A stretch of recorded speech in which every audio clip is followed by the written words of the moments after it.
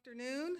Welcome to the Port Hueneme Water Agency regular meeting. I am calling this meeting to order. The time is now 4 p.m. Madam Clerk, may we have a roll call, please? Member Bouchard. Here. Member Perez. Here. Ex officio member Jacobson. Here. Vice Chair Debley. Oh, he's absent for the record, and Chair Hernandez. Here. Thank you. I have And to say McQueen something about Lejean this. is here. Oh, sorry. Member McQueen Lejean. Member McQueen Lejean. Here. Okay. We're all done? Great, thank you. I have to say something about this room. It just looks fabulous. I really, really like it. Thank you, whoever was behind putting this up, and the kids who did the decor and the art. That's wonderful. Okay, at this time, we'll take public comment. Any general public comments not pertaining to items on the agenda? Zoom participants, can you use the raise hand feature if you would like to make any comments? And any comments made will require that you provide them within 3 minutes. So, Madam Clerk, do we have any public comments for this meeting tonight? We have one public comment for Mr. Donald Villafana. Hello, Don.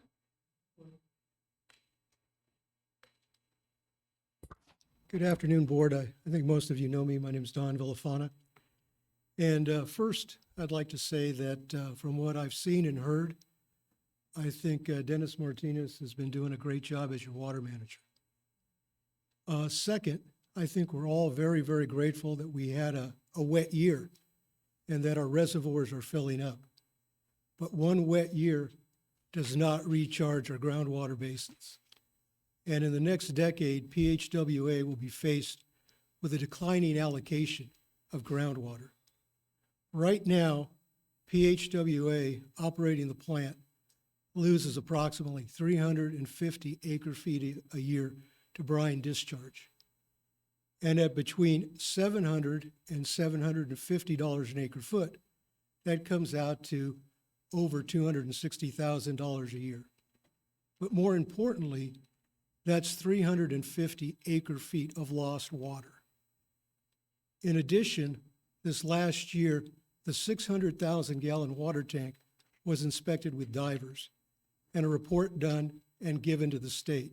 The state gave PHWA a 3-year time limit to drain that tank and rehabilitate the interior.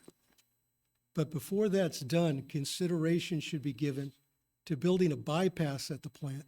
So when that tank is down, United Water can be used instead of going on the high-dollar Cayugas. Right now, if that tank, to bypass that tank, you have to open a valve near Pleasant Valley and Ventura Road. And if you do that, you can run on United Water, but you cannot monitor the chlorine residuals, and that becomes a problem down line. So I believe next month, MKN will be touching on these and probably other items for your consideration. So I appreciate the opportunity to speak this afternoon. And as Mark Twain so eloquently put it, you know, whiskey is for drinking and water is for fighting over. So thank you for your time this afternoon. Thank you. Thank you, Mr. Villafana. Are there any other public comments? That concludes public comment. Okay, thank you. We'll now move to agenda approval. May I have a motion and a second to approve the agenda? Move to approve? Second. Thank you. Madam Clerk, will you please take a vote? All in favor? Aye. All opposed? Hearing none, motion carries unanimously. Okay, thank you. We have no presentations, so we'll move on to the consent agenda.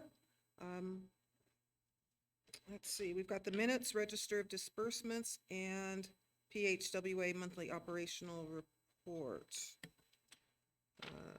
Move to approve the consent calendar, all items 1, 2, and 3, unless the water general manager preferred to give a oral report on the operation. Okay, I'll move to approve all 3. Second? Okay. We have a motion and a second. May we have a roll call vote, please? All in favor? Aye. Aye. All opposed? Hearing none, motion carries unanimously. Okay. We brings us now to public hearings. There are no public hearings, so we'll move on to pensions. Under business items, item 4, pension, other post-employment benefit costs. Yes, Do we hi, have a good staff report? evening. Thank Yes, you. I have a presentation to go over the information. So good evening, Chair and board members. Today, what I want to do is go through this presentation for the PHWA outstanding liability related to pension and other post-employment benefits. And just to provide a little bit of background, the Governmental Accounting Standards Board sets the rules for both pension and OPEB. The GASB 68 is for pensions, basically dictating governments how pensions need to be reflected on the books for both governmental and enterprise funds, and as well as Standard 75, GASB 65, that relates to other benefits such as medical, vision, dental. And what happens each fiscal year, we get the actuarial reports for both of these components. They're done separately. The pension is done by CalPERS, and then we have a outside actuarial that does the OPEB. And then the auditors go through that, and they take a look at what the city has paid. For instance, with pensions, we pay on a monthly basis with payroll, and then we also do an annual payment, which the city has an option to either pay monthly or annually for the unfunded liability. And so the auditors do their calculation, and they determine and adjust the pension liability on an annual basis. What happened for the enterprise fund, so this is not just specific to the water plant fund, the city had not recorded any pension liability and/or associated cost to the enterprise fund. So in fiscal year 2020, which was the year that we also had new auditors, the auditors that had been with the city had been with the city for quite some time. The auditors they made an adjustment to restate the pension liability and the pension costs for all of the enterprise funds. And so that year, the other funds, we reflected the cost on the books and reflected the liability. For Fund 443, which is the water plant fund, we didn't do it because we wanted to bring it to the board. So we've been discussing this item, and it hasn't been closed yet. When you look at 443 right now, the water plant fund has a negative fund balance, a deficit, basically because they need an injection of cash to cure this negative fund balance. And the total amount that needs to be funded from PHWA is that number up there, $932,417. And so I wanted to show the balance sheet as of 2019. So the balance sheet is basically your statement as of a specific point in time. And you can see that it doesn't include down in the liability section. So the top of it is the assets, the cash that the fund has as of that date, as of June 30th, 2019. And then down at the bottom where's liabilities, at the bottom you see where it says there's no pension liability that year. And then the second attachment is the 2020, where the auditors booked the liability and the associated deferrals. So basically what they do, they take a look at the liability and also the assets of the pension, and that's why there's entries to both assets and liabilities. But the bulk of the number is the liability, the net pension liability, the $1.3 million that they booked. And at that point in time, actually, I attached the liability because if you look at the bottom, the fund, you can see it from this. The fund is in a negative position, and it still is as of June 30th, as of now, and as of June 30th, 2022, and that's because of that liability. And so what I did is I took a look at how that liability would be allocated based on the water usage for that fiscal year, since that's the year that it was booked. And City of Port Hueneme would be obligated for 53.95% or $503,000 and $503,009. And then you can see all the different customers and the percentage. And again, that's using the water usage as of that fiscal year when the liability was booked. The recommendation is to have this liability paid over a 3-year period in equal installments or 3 or less, to start funding that Fund 443 with the funds and get that negative fund balance to 0. And then how this would work, it would not impact the monthly bills. We would do it when we do the true up. We do a true up every year, and bill the customers either the overage or under, based on the total consumption for the year. So then we could do the adjustment at that time, which is usually around October, because we close the books in June. September, October is when we have the actual numbers to do the true up. Any questions? I know this is a big number, and it's been on the books, and it was discovered really 2 years ago, and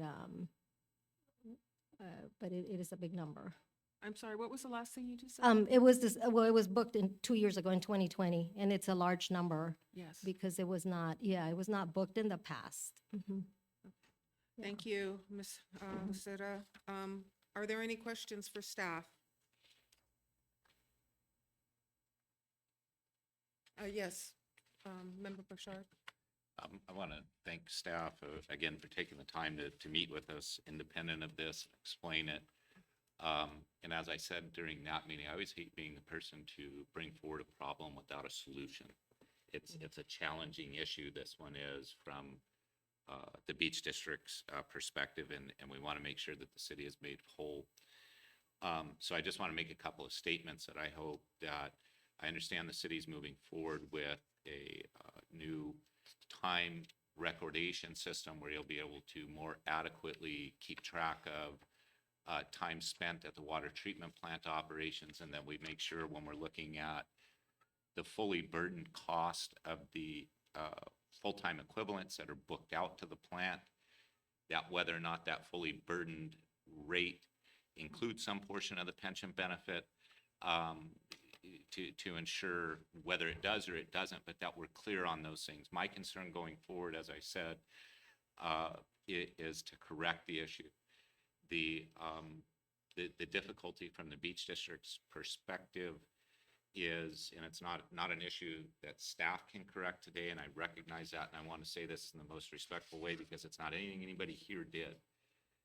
27 years have gone by of the accumulation of pension liabilities on the city's side that weren't booked out. OPEB, some of these requirements are new government reporting requirements that's the result of the audit finding them. No fault of anybody here, and I'm respectful of that. However, without going through some forensic auditing process, there's no way for us to correct what I'm about to say. The city existed long before this agency existed. There are pension liabilities associated with city staff that are included in this number in some way, shape, or form that were here before the agency.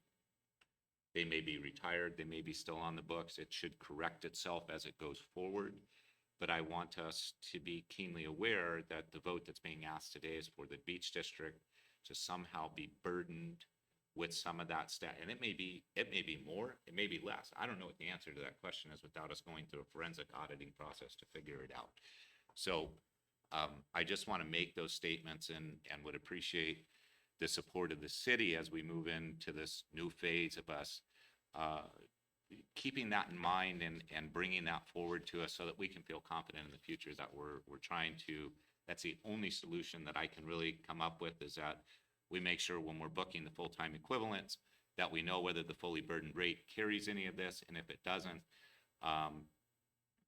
then we have the ability to look at that in the accounting. And so I just want to make those statements with all due respect to the city staff and to the members of the city council here.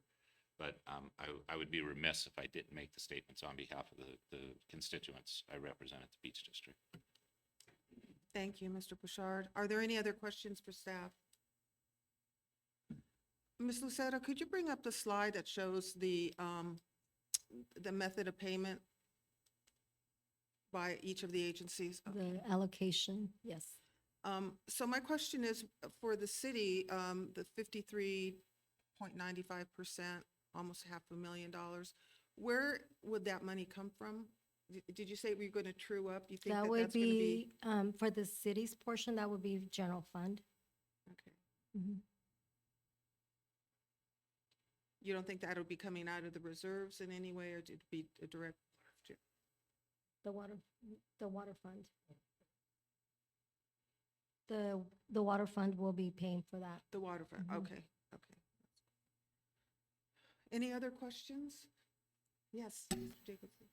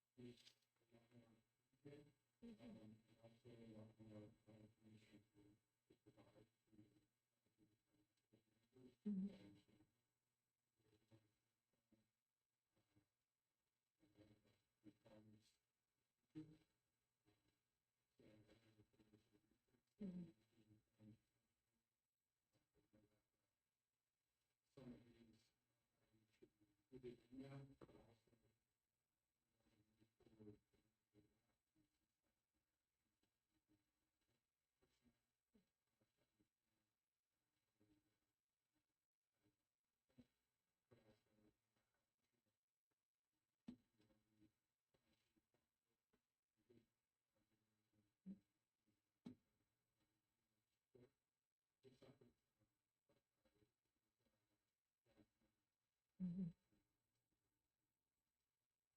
Absolutely.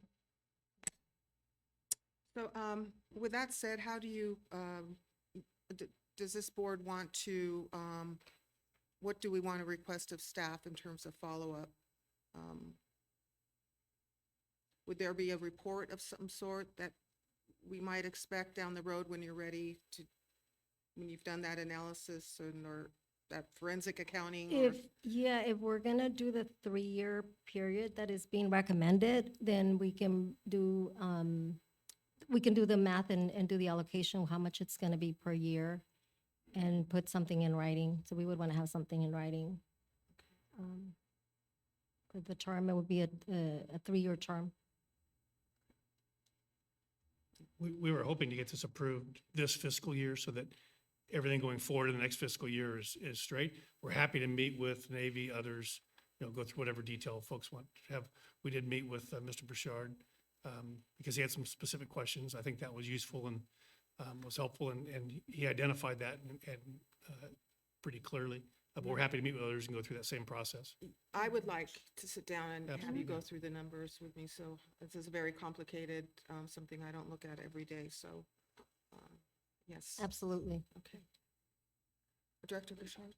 I just wanted to clarify, I don't think the intent of my statement wasn't to task staff with a forensic audit of going back 27 years and trying to unravel what it would take to answer the question in the way that I would feel most comfortable. I don't think that effort would be money well spent on behalf of us. So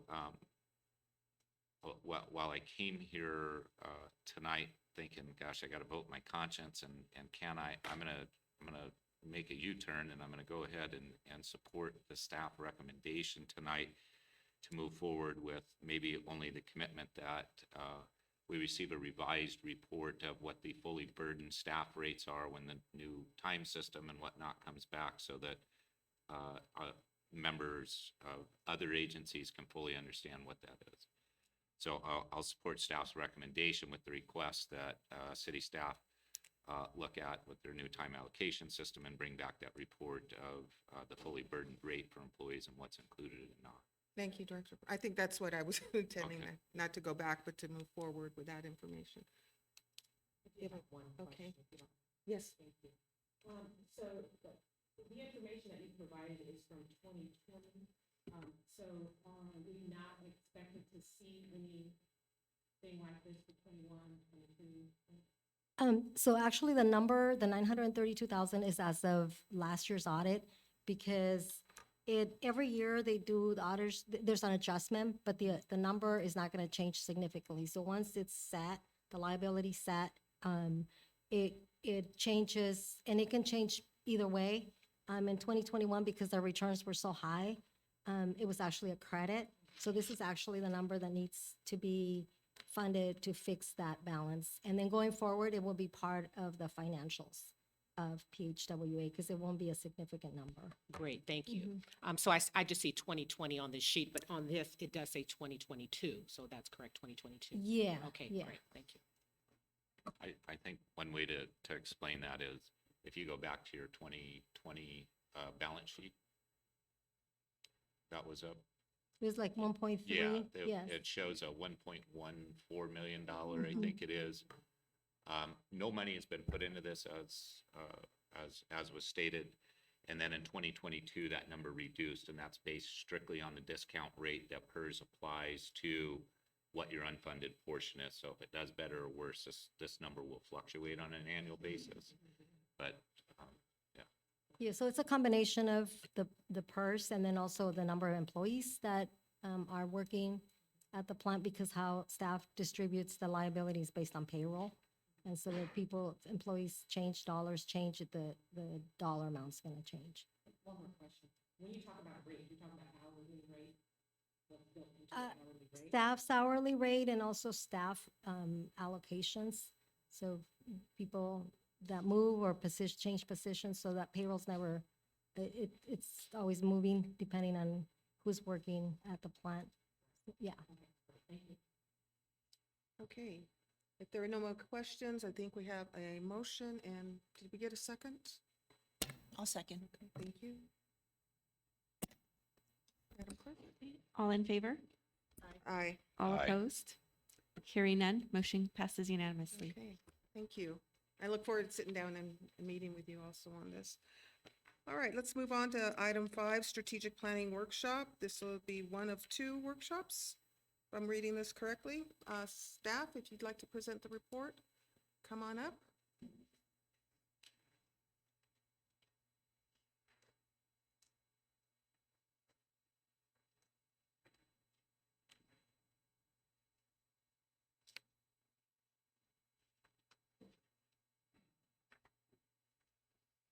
Chair, good afternoon, Board.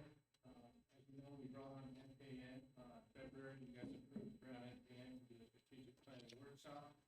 So today we'll do the first of the 2 workshops. So we're gonna go over just a few items, historical, just kind of come up with a plan, and kind of show the board some historical knowledge of what's going on in the past 3 years. So this time we're going to hand it over to Mr. Ryan Gallagher.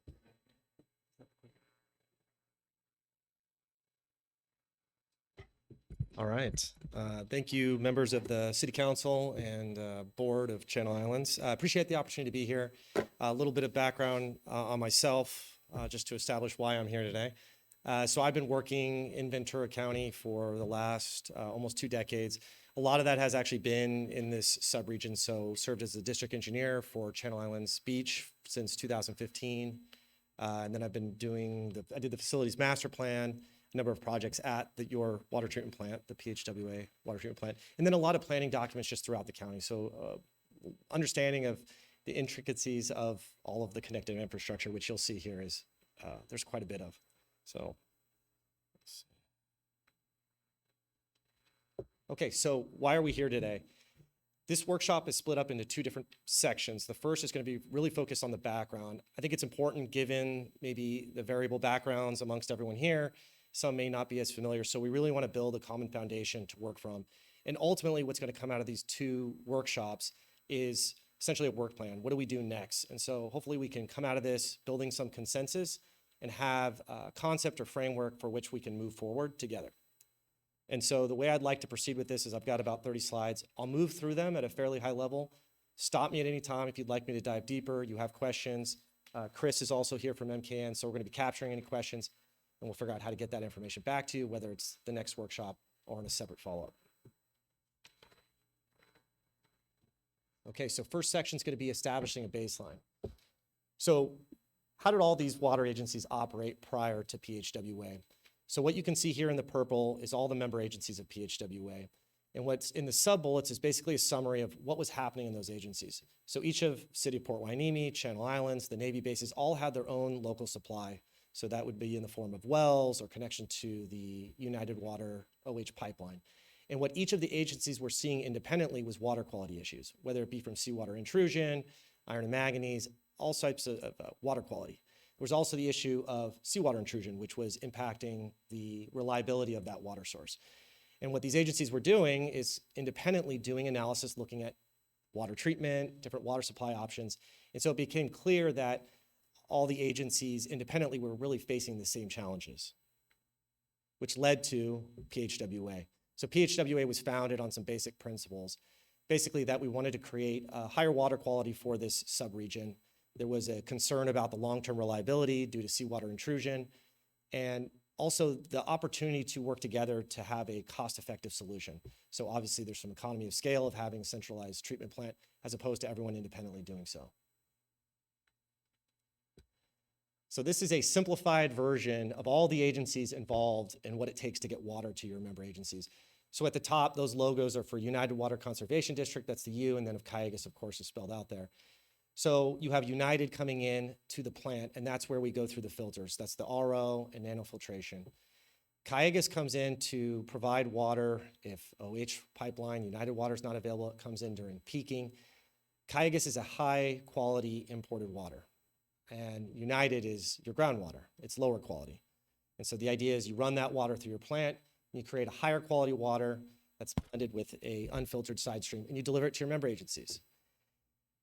Want to point out City of Oxnard, their logo is on there. So how are they related to all this? Two different areas. The first is the property itself that's owned by the City of Oxnard. It's a long-term land lease that PHWA has with Oxnard, as well as the Oxnard conduits. The Oxnard conduit is the pipeline that's owned by the City of Oxnard that supplies the Cayugas water to your plant. And so we've got two different ways that the City of Oxnard is involved. You'll see the Cayugas logo shows up twice. You see them on the backside as well. So the brine that comes out of the plant actually ties into their salinity management pipeline. And so you've got a lot of different parties involved in what it takes to deliver water through your system. So here's a summary of agreements that were developed so that PHWA could operate. I'm not going to go through each of these. What I'll point out is that, number one, there's a lot of agreements.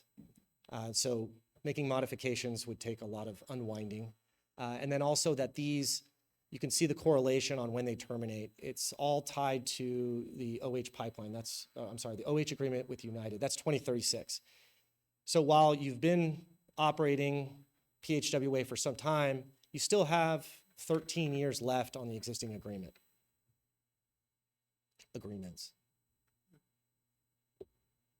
I'll walk through a couple of those agreements and just some helpful highlights from those agreements. So you've got the JPA agreement.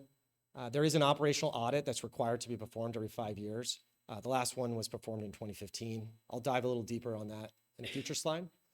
You also have capital costs. So capital costs, O&M costs, basically the operating costs and how that's appropriated to the different agencies is all defined in those agreements, which I'll show in another slide here.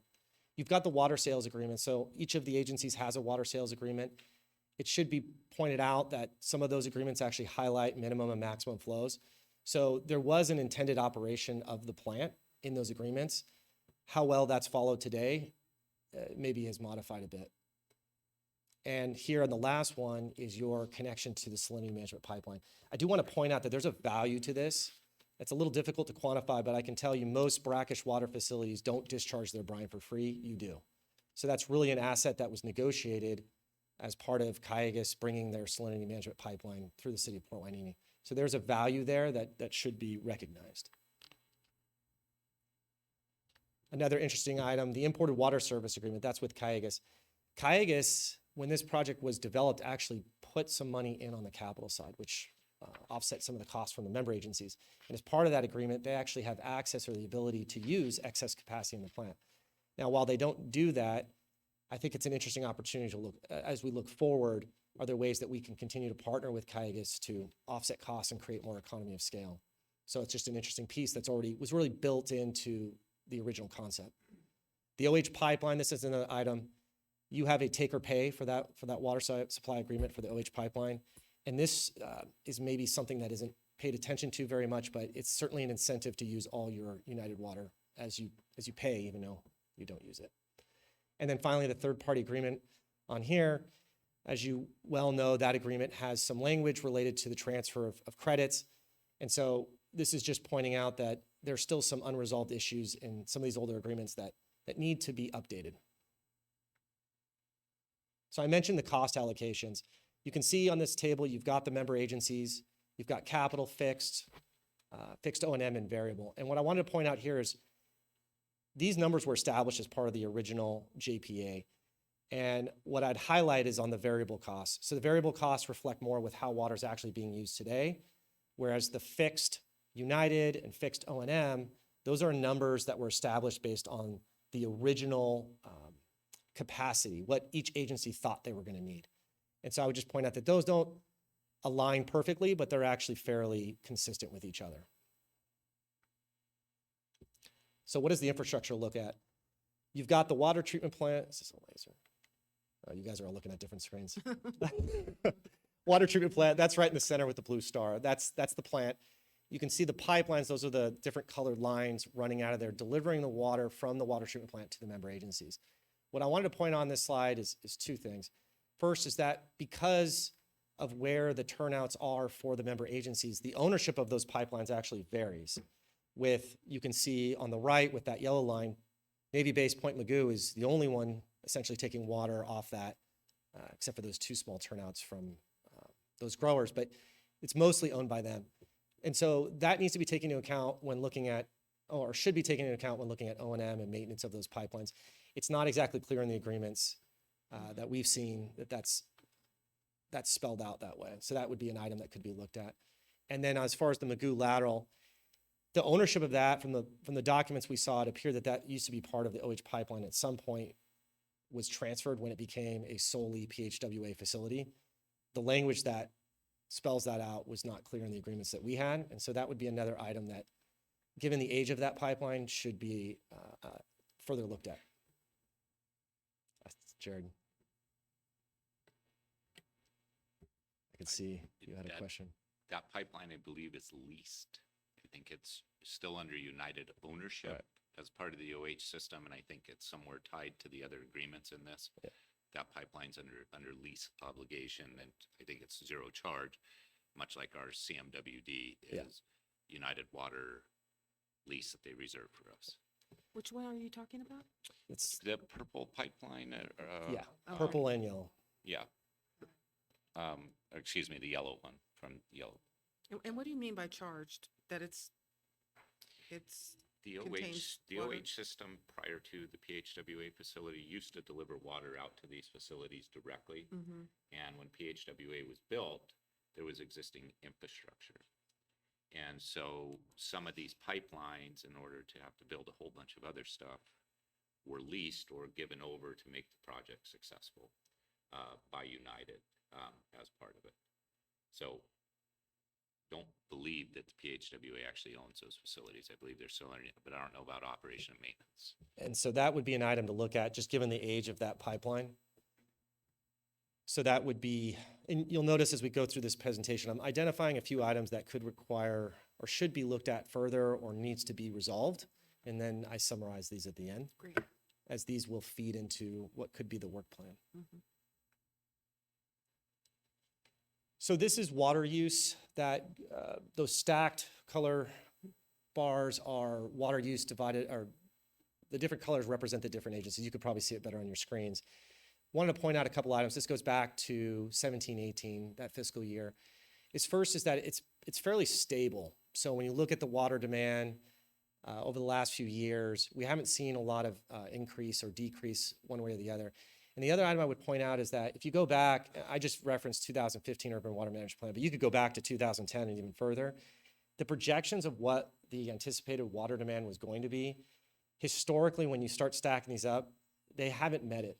So we've just seen water conservation continue to increase, the development not occur, but we haven't seen what I would characterize the projections at is very conservative.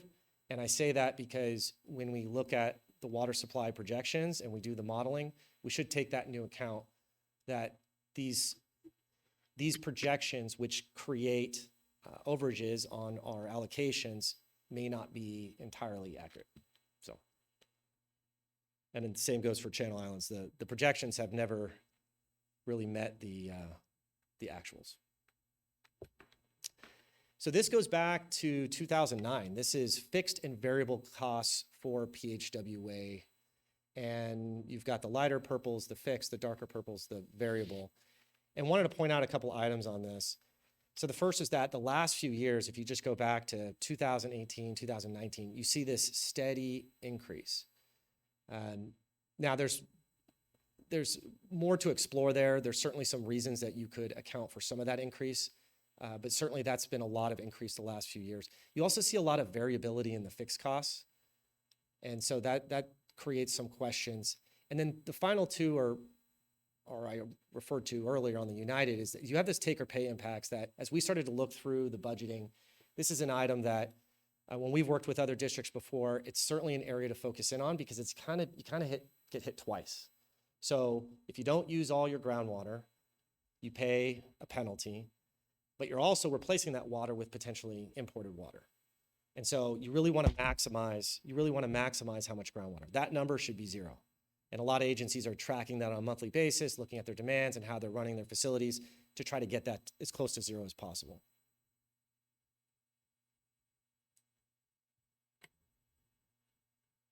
Did you guys look at how and I know you guys, staff answered this question for me a little bit ago or a few meetings back regarding how United was addressing the allocation issue under the OH agreement, water year versus calendar year, and how they would look at that.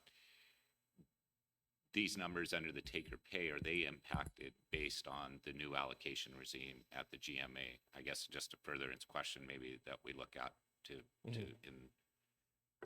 in the context of what you're talking about, because if you've got a higher take or pay number than what the sub allocation of PHWA is from the GMA, I don't know which one trumps which. Yeah. All right. We got a note of that. We'll look at that. The last one is the spreadsheets. I'll use the word optimized. They could really be cleaned up, made a little bit more transparent. That was something that we found going through there. It was a little difficult. The formatting sort of changed year to year. And so I think that would be another area I would add to the work plan, really to clean that up. Water quality. We put this slide together to sort of set the table on this question about blending and water quality. And so to kind of explain this graph, you've got, first off, the data came from the consumer confidence reports. That's a state requirement for water quality that you serve to your customers. And so we pulled that information together and we looked at a few different constituents related to water quality. So we look at total dissolved solids, specific conductance, total hardness, and fluoride. So fluoride is the blue line. That's what we see there. And then the bar charts are the other three. And so what I would point out is that you've got Kaigas, that's your imported water. That's on the far right. You see those having the lowest bars. That is really the highest water quality. And there's PHWA right next to it. So you really do deliver high quality water. What you have on the other end is Ventura, and I'll caveat this and say Ventura has various water sources, so I don't mean to disparage them. One of their, and the way that these reports work is they list the quality of all their water sources. The East End, as I remember, is got some water quality issues, and that's what that water quality represents. So you have very high TDS, you have very hard water, and so that's sort of that end of the spectrum. You can see United, which is your groundwater, that's not too far off that. And you can see Oxnard right in between PHWA and United, and that makes sense because it's basically a 50-50 blend of the two. And so that's where you can see we took that, we created a 50-50 blend. You can see it's very similar to what Oxnard's delivering. So PHWA has a higher water quality, close to imported water. Oxnard's further down, and Ventura is even further than that. So just to kind of put into context where your water quality might land if you start blending. At a 75-25, you can see that between United and Oxnard, your TDS starts getting pretty close to that secondary limit of 1,000, which you can do. It's just the water quality starts getting fairly degraded. What is TDS again? Can you Total dissolved solid. Yeah. You want it low. Can I ask, what year was this data taken from? Is this an average over time or? So it depends on the agency. Some were better reporting online than others. So some were, and I won't say which ones were which. There was some 2022 data. I think we even had 2021. So we grabbed whatever was most recent off the website. So it was not an average, it was the most recent year. Okay, and can I ask, and Dennis, if you got to get back to me, I know one of the foundational principles, as you laid out originally, was that the PHWA operation the treatment plant would look to target that quality of CMWD water deliveries or state water, project water, and that's generally around 330 parts per million TDS, right? And what we're seeing here is not necessarily hitting that target. I don't know, that's why I was asking what year this was from, if it was one of those years when the plant was down, if there was some reason, just for reference. Right. I think possibly the TDS number possibly could have climbed due to the bypass. So I don't know when those numbers that you're referencing, originally the numbers they're trying to hit. I don't know if they took into account the bypass flow that comes through United Water, which is constantly flowing and mixing with our treated water that's coming out of the trains. Would it be fair? I mean, 'cause I think where you're going here is we need to have this conversation about what is the water quality that we all want to continue to deliver to our constituents, and it changes kind of that strategy. Is it fair for me to ask the question, is this really representative of baseline water quality that PHWA has been putting out over the last year? And I ask that question because have we heard a whole lot of complaints about it if it's at 450, not 330? And I guess maybe I'll leave that question there, and I think you guys will know where to go with it if we need to look at that a little closer. I would say certainly more we can follow up on. The consumer confidence reports are not an average of the annual water quality discharge to customers. They literally take the water sources, and I'm sure staff can expand on that. It's a pretty basic document. And so it might just be an average of those based on the water uses. But I'd say it's a fair representation. But you bring up a point that sort of came through this exercise, is that while the water quality objective was stated as part of the formation of the JPA, there isn't a policy in place that says we will serve this or we will serve that. And I believe that should be something that should be established just to create clarity of objective and operation for the staff, but also to have a policy in place that as electeds change over time, that this is put in place. And that comment is fairly common throughout a lot of the findings we've come across so far, is just creating processes that outlive either staff or elected officials, because those will change over time and the mission starts to get lost as new staff come in, and we end up, here we are today, going through what the objectives and background of PHWA are. I think this is a good step forward, though. This slide highlights major capital investments. So not too many recent, but really wanted to include this slide to point out that there was a major capital outlay, and there is still value to those assets. Some of them obviously need to be rehabilitated, and some are reaching the end of their useful life. But there is a value to that, and that should be considered if there was if there was a scenario to walk away from that. This should really be considered. Okay, I want to go through a few previous planning efforts, put a summary of the ones I'm going to highlight here. I'll go through this pretty quickly. The operational audit, and then some of the strategic planning that actually occurred several years ago. All right, the 2015 operational audit. This is a good document. We reviewed it. There's some good findings. I would say that there could be a lot more looking at how the plant is actually operating. Is it efficient? The major flaws to this were, one, we're not doing it every 5 years. The second would be there's no accountability. So once that document gets completed, I'm not sure how many people on the board here were here back in 2015, but that information should be relayed back to the member agencies, and there should be a work plan in place for those items that the board and elected officials collectively agree need to be addressed. And I believe that's a failure, and that goes to sort of what we spoke about before about having those processes in place. So this was another one I would put in that category. It's a good document. All right, I want to talk about some strategic planning that happened a few years ago.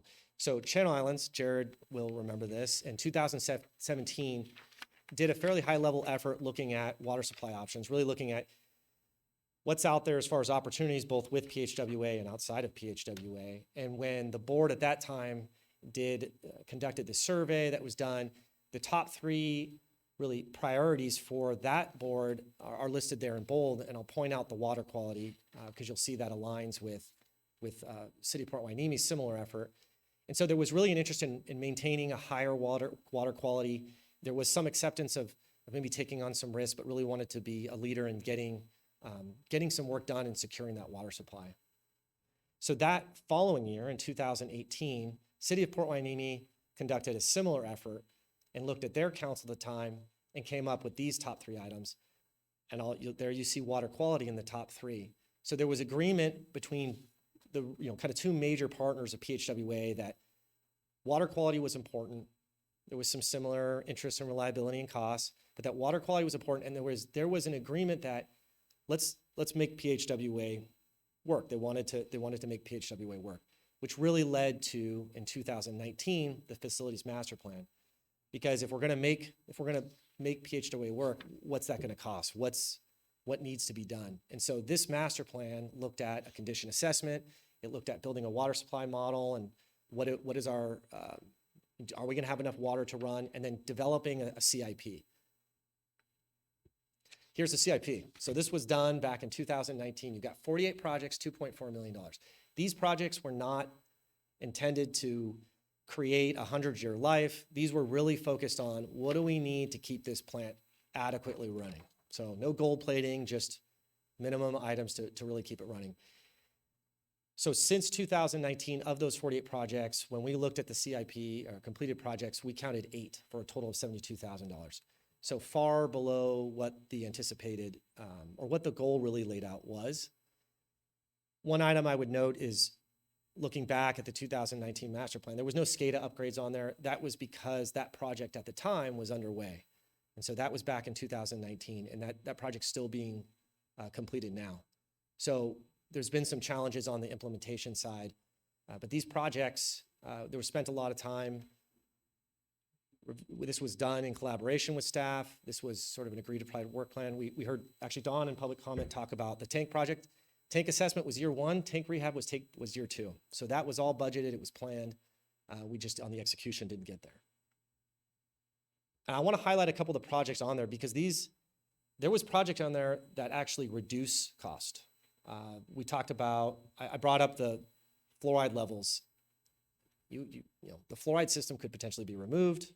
You have natural occurring fluoride, so that could be evaluated. There's a cost savings there. United Direct Connection, we heard from Dawn, that project's on here. That could potentially reduce pumping costs. Third stage RO, that'd be a great project for grant opportunities. There's actually already a preliminary design done for that. It was done back in, that might have been 2019 or so as well. Low flow pumping, this would help us to use all our United water. Right now, when you get to certain low level demands, you actually have to use imported water. If you had a lower flow pump, you wouldn't have to. It reduces your need to use imported water and make sure you maximize your groundwater. Hydraulic analysis, this was looking at your discharge pressures. There's some opportunities for energy costs. So I point all that out in that these costs were investments that could actually reduce your operating costs and help you to better utilize your groundwater. Oh, did you have comments, excuse me, on the seismic analysis? Did you mention that yet? On Oh, sorry.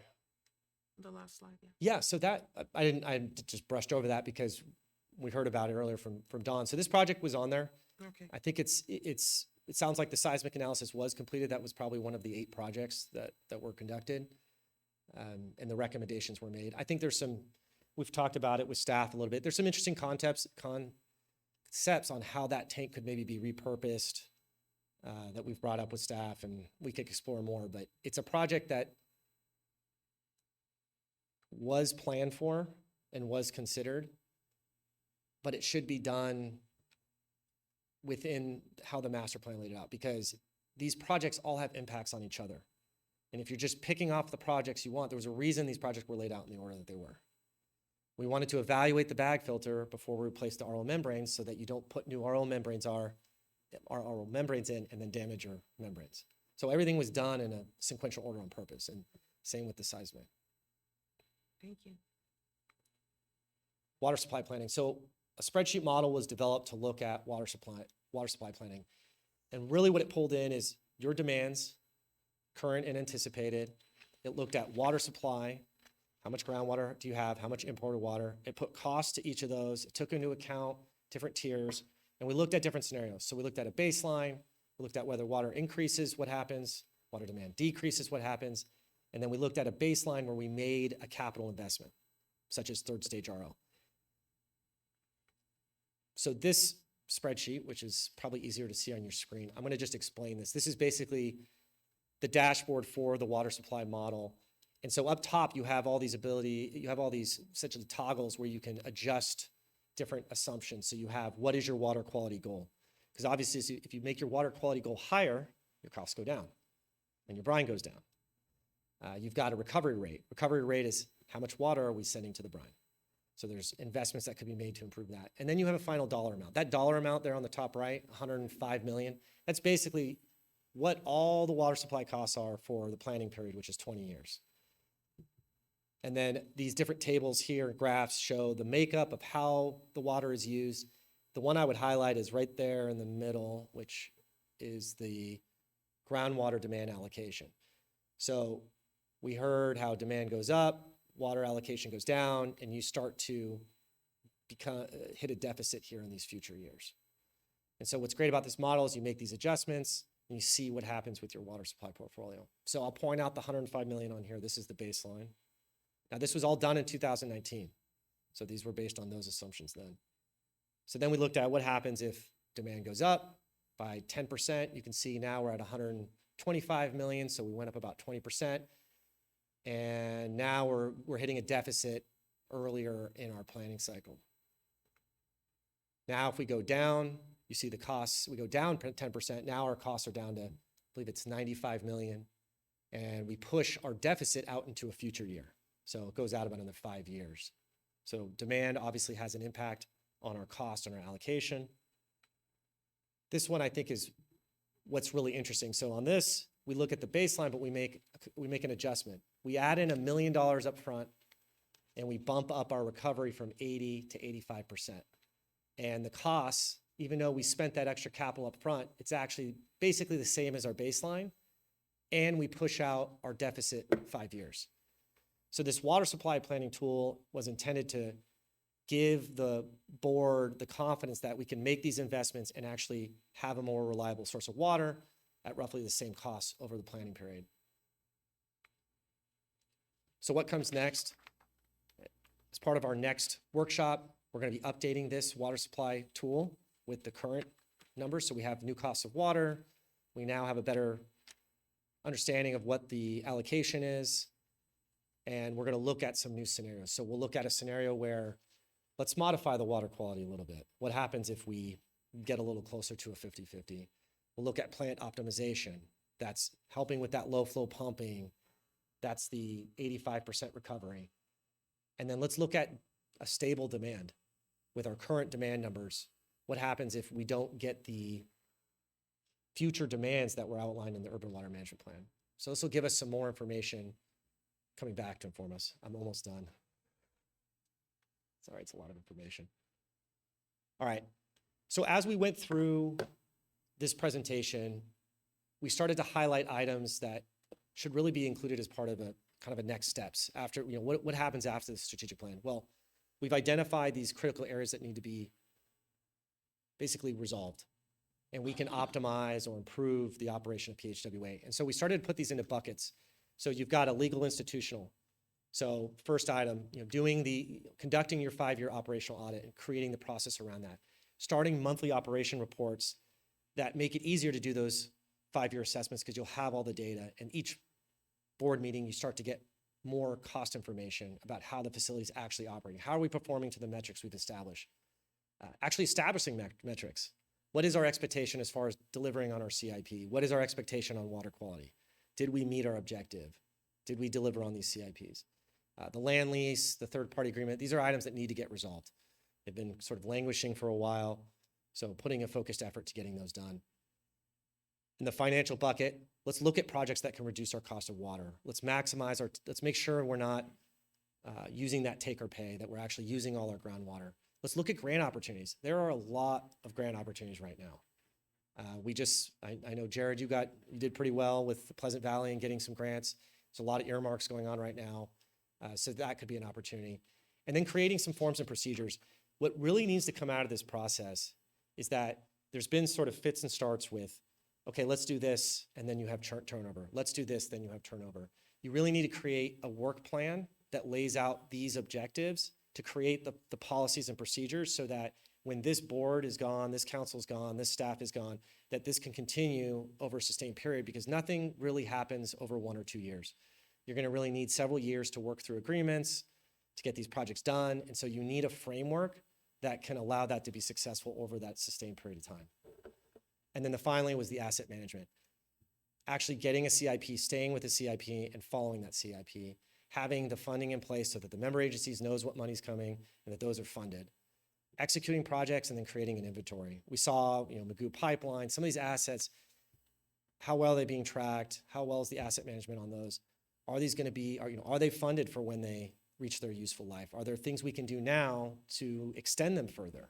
And so having a better understanding of some of the pipeline infrastructure. We've got a good handle of the water treatment plant through the master plan, but expanding that to the pipelines. So this is the start of that framework. And it'll get further established in the next workshop, but this is sort of a starting point. And so what is that second workshop? This is the last slide, is we'll come back, we'll take any feedback we hear today. We'll come back with the updated water supply modeling. So we'll walk you through what we're seeing if we kind of adjust these different metrics. We're gonna look at some opportunities that have been brought up about a blending station. There's other regional opportunities. What are those out there? What are opportunities to get involved that could reduce your costs or create more reliability? And then finally wrapping it up with finding a recommendation and really laying out that work plan, kind of the next steps, so that this process doesn't end with the second workshop, but actually could move forward. So hopefully being able to lay that out to the board so you have something that you can actually push forward. That is my last slide. Very good. It's a lot of information. A lot of information, a Yeah. lot of work to be done, but, planning for the future is so important, and it's like succession planning. We have to plan for when we're not here and Yeah. when staff's not here. So, yeah, fully support that. Are there any questions? Comments? Yes. I think you guys did a yeoman's job of pulling together what the board or what needs to be evaluated for us to have a comprehensive plan. And I see one of your questions is bringing back water supply modeling. And I appreciate the models that were included in here. From my perspective, I think our objectives are different than the financial piece. That to me is such an unknown for us, but it is the commitment to the facility there, is the commitment to making the improvements there. Even the ramp down and the credit and where you're running out of groundwater, those things are so up in the air. And why do I say that? Is you've got some really expensive projects being planned for the region today that are going to affect the cost of that groundwater, going to affect the cost of the OH water that's delivered to us, may affect how we use groundwater, right? One of those things that's been sitting out there, people talking about, is the rest of the region paying for people that have access to state water supplies to use a replenishment fee to encourage them to use it when it's available. So I think the fundamental question for us is, are we committed for the next 13 years to the plant operating at what level, what water quality objectives do we want to ask staff to bring back in those? At least that's where I'm kind of sitting right now, trying to absorb everything that's here today.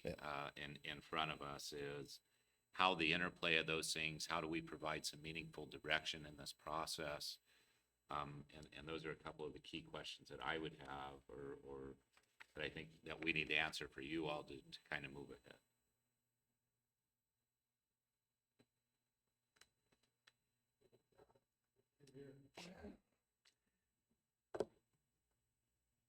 All right. I have a question regarding the Oxnard pipeline. Mhm. In light of the agreements that need to be reviewed and updated, will that be one of them? The Oxnard? Yes, agreement? that's the three-party agreement, and that includes the transfer of allocation that sort of as groundwater use has changed is sort of obsolete. So that's something that will need to be resolved. And that would be an item on the work plan.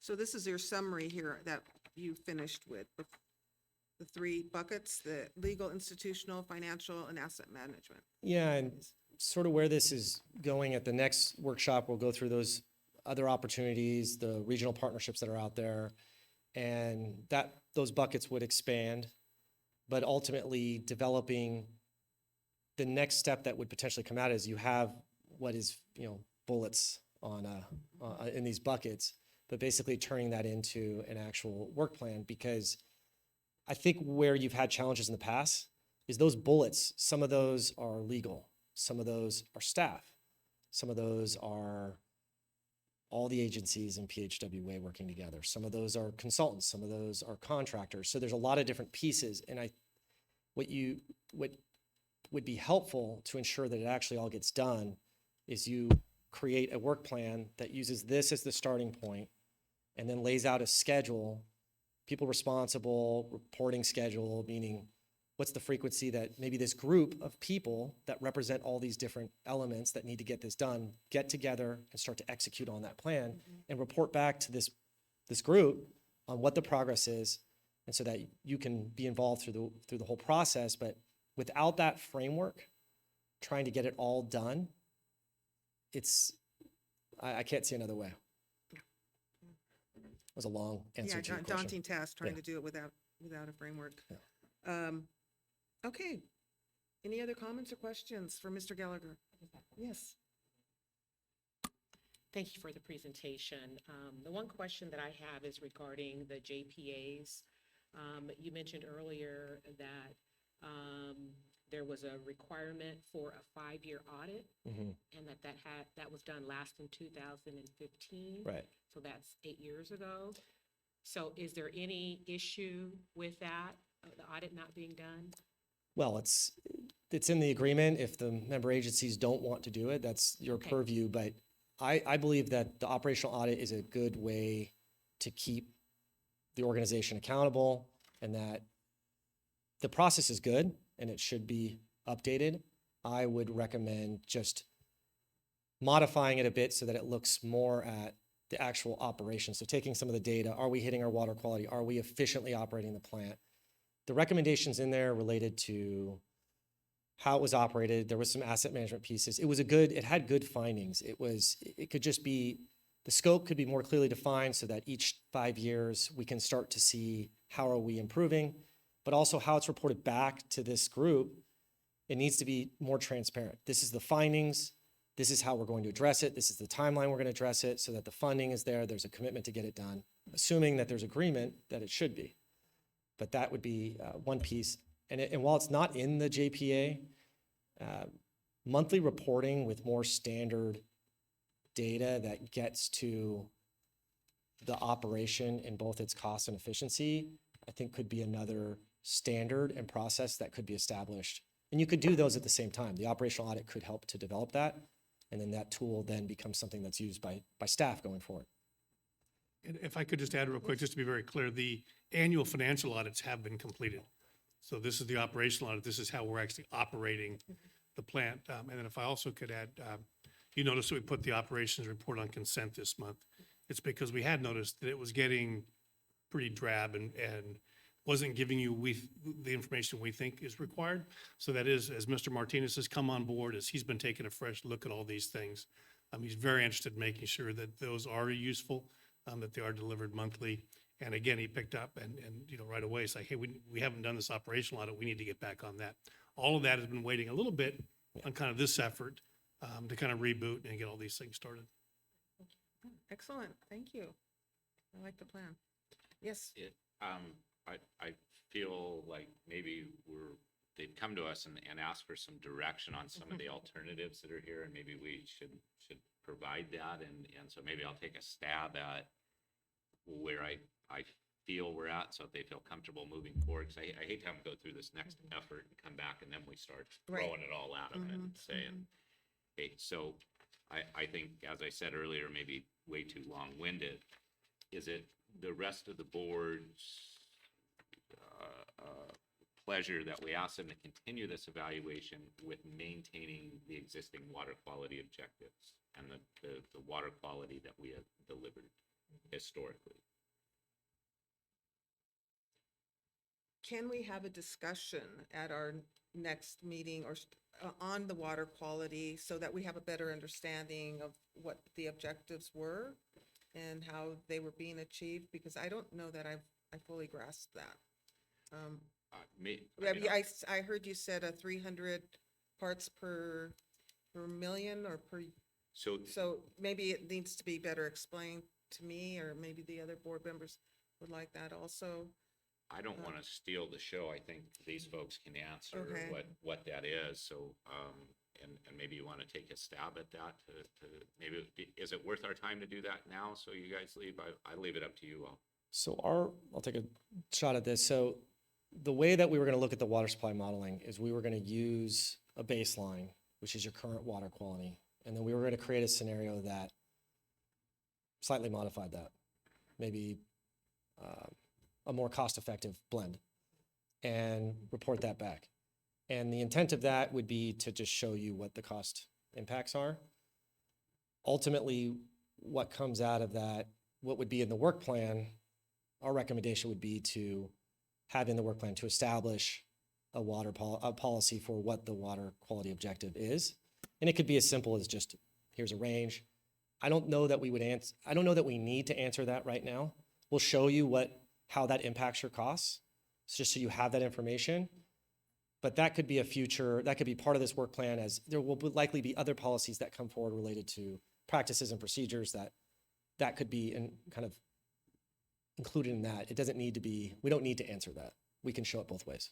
Let me ask it differently. Is there a critical thing that you would like some direction from the board now, or was this really for us just to receive and hear it? So when we started this process, we didn't know what the answer was going to be. And we started to go through the data. And I think what became clear to me was that there are opportunities to make PHWA more cost effective. There are opportunities to streamline how it's operated. And I think you have the right staff to do it. It's just going to be a matter of creating a plan that then just has the commitment of the board to actually implement. And so the direction I would want back is, as we started to develop this, we started to see that there are all these there's these various things that needs to be done. What we realized pretty quickly is that it's not like we can come back and do one report and solve everything. Some of these tasks are just working with staff. It's making sure that they get executed. Like I said, they're all different stakeholders. And so what I would look for feedback on is, we're going to build on what we started with the buckets and kind of starting to outline these tasks. And what I would like to come back with, if that approach is acceptable or you see the merit in it, is I'd like to come back with finishing out those tasks. We're going to build more of those work plan tasks and then start to draw out sort of a timeline and what that structure looks like. How would you actually execute this work plan and what's in it? And that is a perfect way to end the workshop, as it then gets the discussion going on, what do we actually want to do? Do we want to do this? Do we want to move forward? And so if you're comfortable with the approach we've taken so far, I would just look for that feedback so that we continue down that path. All right. So this is an informational item only. There's no action needed, no vote required. So go forth and we'll see you in June. Was it June or July? June. Okay, June, yes, I'll see you in June. We better get working. All right, thank you so much for your time, and Andrew, I know this is a lot of information. Thank you, Mr. Gallagher. All right. I'm glad we're finally doing this. Yeah. Okay, so the next item is agency members' reports, comments, and requests for future agenda items. Do we dare?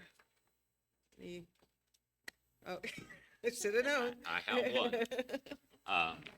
It's actually something Director Debley and I had spoke about quite a while back. Again, we're talking about how this agency is getting a little long in the tooth. And we haven't addressed a few things since we've been long in the tooth. I'd like to place on the agenda for us in the future, if the other board members would support it, considering the board's stipend at an increase in that. We've been receiving, it was set at $50 back in 1994. And some of us take time off of our day jobs, spend time studying this material in advance. And for me, like I said, when the Beach District evaluated this, it's not about, for me, what's the incentive for anybody to sit up and do public service if it's costing them money to show up here? I'm not saying nobody's paying their bills doing this, but it hasn't been addressed in 27 years, and I think it's a worthwhile, at least conversation for us to have as a board. Okay. It's hardly noticeable. It's like $50, right? If it's helpful, we could survey some local agencies and come back with some comparables and things if that would be. That'd be great. I'd appreciate if the rest of the board supports it. If I'm the only one who wants to hear about it, don't do nothing with it. So I'll second that. Thank you. Everybody in favor? Aye. Aye, okay. Anything else? All right, anybody else have anything? Okay. So we're going to go ahead and adjourn the meeting. At the time is 5:11. Our next meeting is scheduled for Tuesday, June 20th, 2023 at 4 p.m. The meeting is now adjourned. Thank you, staff. Good job.